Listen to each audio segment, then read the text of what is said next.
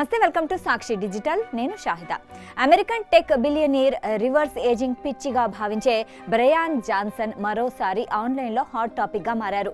వృద్ధాప్యాన్ని జయించి అమరత్వాన్ని సాధించాలనే లక్ష్యంతో ఉన్న ఈయన ల్యాబ్లో తన సొంత బేబీ క్లోన్ను సృష్టించినట్లు సోషల్ మీడియా ఎక్స్ వేదికగా ప్రకటించారు. బేబీ బ్రయాన్ అని పిలుచుకుంటున్న ఈ చిన్న క్లోన్ ప్రస్తుతం ఇప్పుడు పెట్రీ డిష్లో పెరుగుతుందని చెప్పడం పెద్ద కలకలాన్ని రేపింది.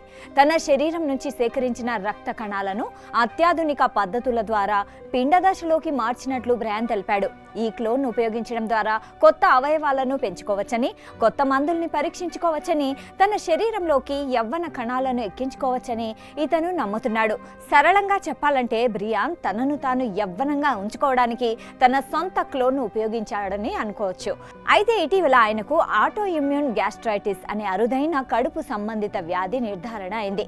దీనికి నిర్దిష్టమైన వైద్యం లేదు.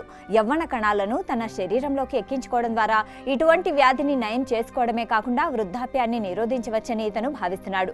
యవ్వనాన్ని కాపాడుకోవడానికి ఏటా దాదాపు 20 కోట్లు ఖర్చు చేసే బ్రయాన్ వాదనలపై భిన్నాభిప్రాయాలు వ్యక్తమవుతున్నాయి.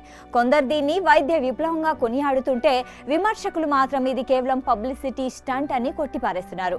గతంలో 2002 డిసెంబర్ 27న బ్రిగెట్టే బోయి సెలియర్ అనే శాస్త్రవేత్త ఈవ్ అనే అమ్మాయిని క్లోనింగ్ చేశానని ప్రకటించి కలకలం సృష్టించారు.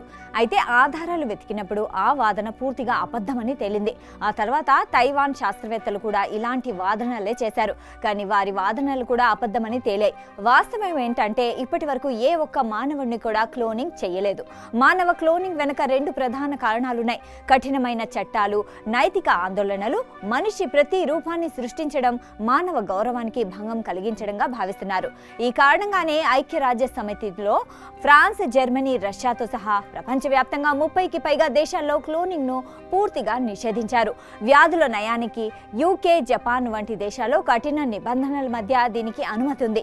థెరప్యూటిక్ క్లోనింగ్ అంటే చికిత్స కోసం కణాలను సృష్టించడానికి మాత్రమే అనుమతిచ్చింది. అమెరికాలో దీనిపై సరైన కేంద్ర చట్టం లేకపోయినప్పటికీ పూర్తి స్థాయి మానవ క్లోన్ను సృష్టించడం ఇప్పటికీ చట్టవిరుద్ధం, అసాధ్యం.